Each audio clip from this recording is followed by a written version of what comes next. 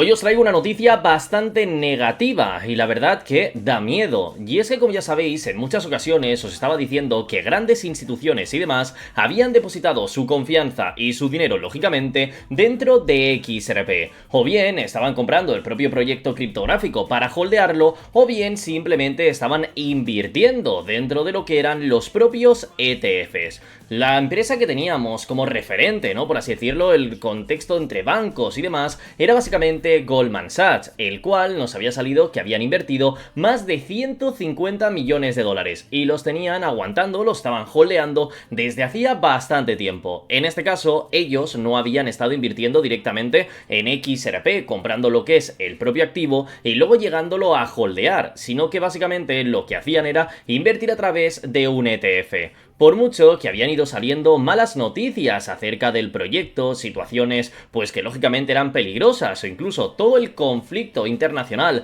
que hemos llegado a tener entre Estados Unidos, Irán e Israel, hemos visto como Goldman Sachs decía, no, a mí me da esto exactamente igual, mi inversión va por delante y aquí sigo posicionado. Pues hace unos días la cosa ha llegado a cambiar y es que el propio equipo de Goldman Sachs ha liquidado esos 150 millones de dólares. Me gustaría haberos traído la noticia un par de días antes, la verdad que no he podido, no estaba disponible y demás, y los vídeos que estabais viendo estaban pregrabados, así que ahora que ya nos hemos vuelto a poner al día, vamos a reaccionar a esta noticia y vamos a ver qué es lo que ha pasado, porque sí que es cierto que son noticias muy negativas. Tengo que deciros que aunque esto sea una gran noticia negativa y que lógicamente nos duela a los holders de XRP, tampoco es que me extrañe una barbaridad. Al fin y al cabo, el propio proyecto criptográfico ha estado cayendo en este último tiempo. Si nos vamos, por ejemplo, a buscar en CoinMarketCap, os daréis cuenta de que yo mismo vendí XRP en 1.45 con la cosa de que, lógicamente, pues podíamos llegar a tener alguna caída, alguna situación un poco negativa y demás,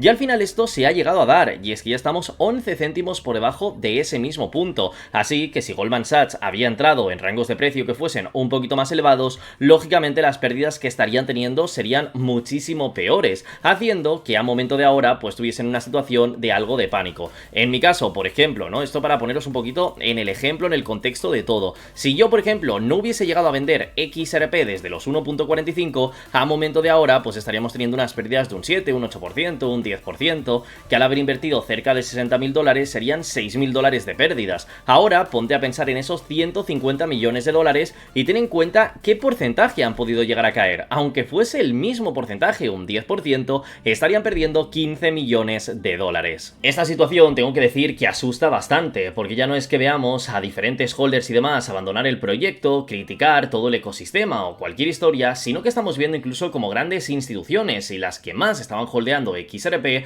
empiezan a abandonar el barco. Con esto nos damos cuenta de que las instituciones a lo mejor no están tan interesadas en XRP, al menos no por el momento, o al menos no para tener una exposición directa al proyecto, y eso también nos hace ver que a lo mejor todo el tema de BlackRock podría llegar a retrasarse. Como ya sabéis, estamos a la espera de ver si BlackRock decide lanzar ese ETF de XRP, pero que por el momento pues básicamente no lo estaban haciendo. ¿Por qué no lo hacían? Porque teníamos problemas legales y porque aún no había un interés tan fuerte en XRP. Si ahora encima nos damos cuenta como que los grandes inversores directamente están abandonando el barco, se están tirando en marcha, aquí la preocupación empieza a crecer y nos toca volver a analizar qué es todo lo que puede llegar a ocurrir y cómo puede llegar a ser un avance o qué puede pasar en todo esto. Y es que buscando algo de información nos damos cuenta de lo siguiente, que al final mi propia operativa era muy parecida a la de Goldman Sachs. Había estado invirtiendo entre 1.35 y 1.44, lo que nos da que ver que a lo mejor han intentado vender en break-even. También se han estado dando cuenta de las situaciones peligrosas que hay en el mercado y mientras el token estaba un poquito por encima y demás, tampoco estaban teniendo ningún tipo de preocupación, pero ahora que el mercado ha empezado a volver a tener ya varios días negativos y a empezar a tener semanas consecutivas otra vez en rojo dentro de XRP, directamente habrán reaccionado diciendo ¿para qué nos vamos a arriesgar en todo esto y para qué vamos a perder dinero? Cuando directamente podemos intentar salirnos y volver a recomprar en rangos de precio más por debajo. Creo firmemente que si Goldman Sachs invirtió 150 millones de dólares, es muy probable que lo vuelva a hacer en un futuro, pero por el momento tenemos esta cierta situación compleja. Como vemos por aquí nos dicen tal cual, ¿no? Goldman Sachs liquida toda su posición de 154 millones de dólares en el ETF de XRP, mientras inversores minoristas aún mantienen estas ciertas compras. Como digo, esto no es que a lo mejor ya no les interese el proyecto, que tengan muchísimos problemas, sino que es probable que tengan una idea muy similar a la que yo tenía de, oye, si vamos a caer de precio, ¿para qué vamos a estar aguantando una posición con pérdidas cuando directamente podemos, pues simplemente nos salimos del proyecto, recompramos a precios mucho más económicos y el beneficio que podamos tener en un futuro puede ser mayor y nos evitamos llegar a tener problemas ahora mismo? Como veis, Goldman Sachs informó en su reporte 13F del primer trimestre de 2026 que vendió la totalidad de su posición en el ETF de XRP, valorada en aproximadamente 154 millones de dólares, posición que había construido solo un trimestre antes en diversos fondos cotizados de XRP al contado. El movimiento supone una liquidación completa, sin recorte, básicamente que no han quitado algunos tokens o han hecho cualquier tipo de movimiento, sino que directamente han dicho, aquí se acaba el proyecto, me salgo de todo.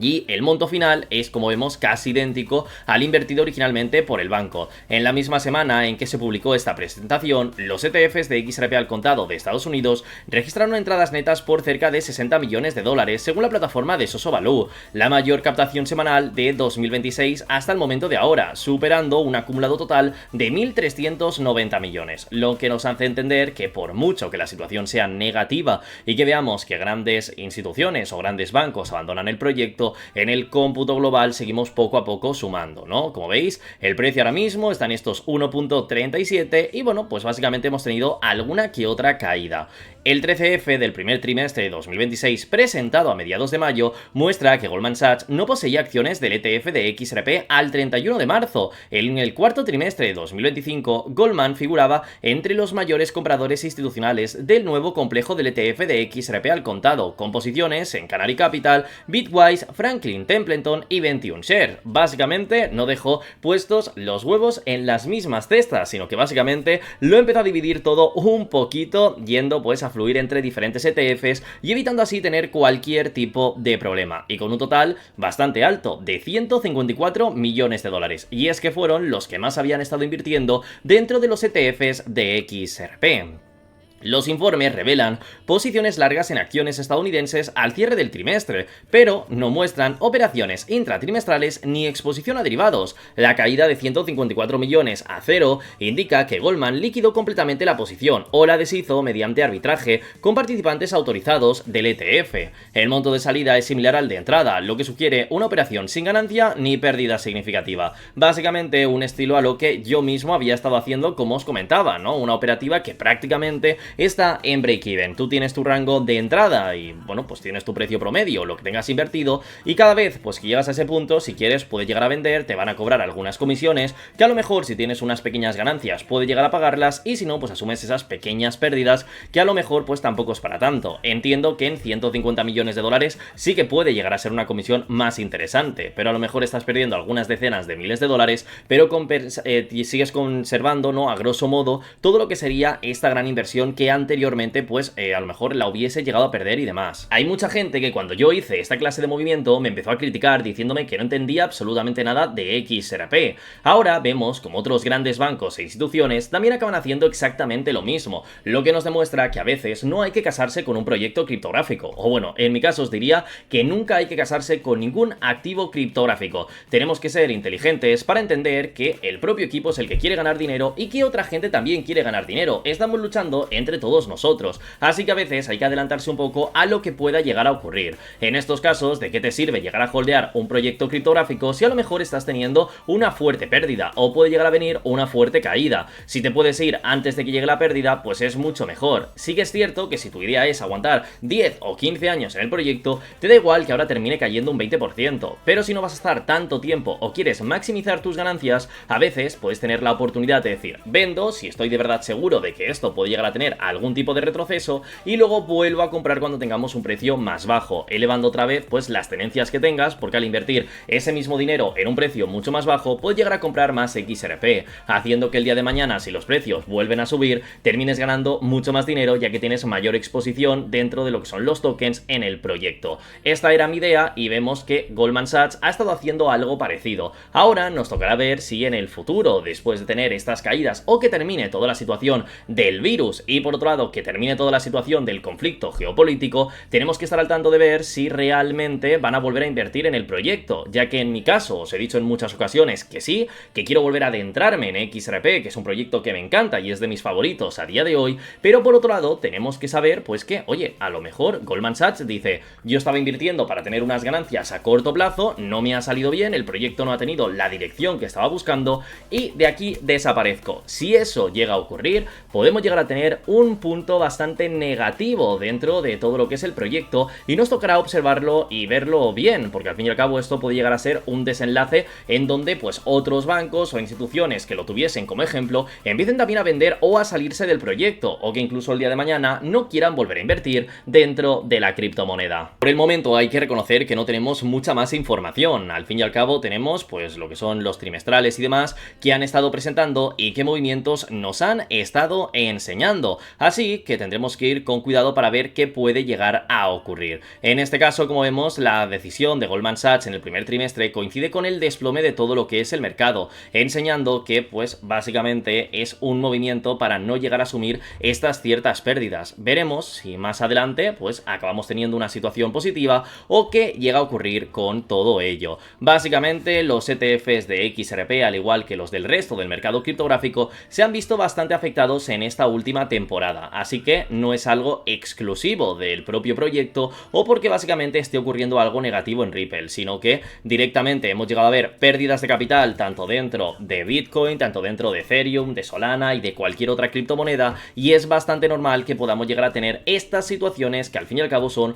un poquito bastante desastrosas. Por el momento, ¿qué podemos llegar a esperar con XRP? Pues bien, como habéis visto por aquí en el canal de YouTube, en Cripto Millonarios, tenemos noticias bastante interesantes, pero tenemos el problema negativo de que por otro lado todos los conflictos geopolíticos y demás son lo que más daño están llegando a hacer a lo que es el propio proyecto, ¿no? Al fin y al cabo, XRP tiene buenas noticias, pero el peso que está teniendo todo lo otro es mucho más negativo, así que es muy probable que sigamos teniendo alguna que otra caída. ¿Dónde pretendo llegar a comprar XRP? ¿Qué es lo que pretendo hacer con el propio proyecto? Mi idea es poder llegar a comprar entre 1.20 aproximadamente y los 1.11 que llegó a caer en la anterior ocasión, hacer una estrategia de DCA aquí en medio y conseguir bajar mi precio de compra que tenía anteriormente, que ya sabéis que yo tenía pues lo que os decía, ese 1.45, y poder llegar a tener a lo mejor un precio promedio un poco más bajo, de un 17%, haciendo que el día de mañana, si llegamos a poder volver a ese rango de precio, tenga ya un 20% de beneficio de mi propia inversión,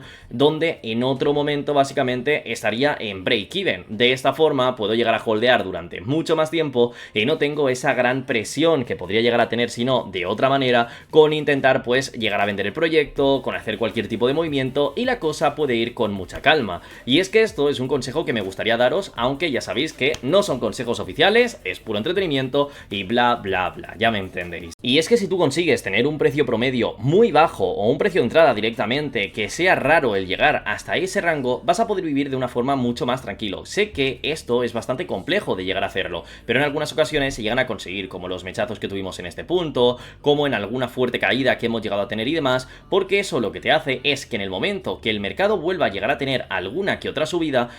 ya vas a estar tranquilo, y por mucho que el mercado tenga alguna caída, tú vas a seguir tranquilo, porque a nada que tengas un 5% de beneficio simplemente con eso, ya no vas a estar planteándote el querer llegar a vender el proyecto, el querer salir corriendo ni nada por el estilo, directamente vas a estar pasando del tema. Si tú ahora vuelves a estar invirtiendo en un rango de precio que cada 2x3 estás llegando a tocar, es algo bastante ridículo, porque vas a tener muchísimo miedo. Esto os lo dije el año pasado con los $2, por ello siempre os digo que comprar por debajo de $2 para mí es magnífico, porque durante todo el 2025 demostramos que el proyecto puede mantenerse por encima, lo que llegamos a tocar en muchas ocasiones. Si tú comprabas en $2, estabas aquí, tenías miedo, aquí también,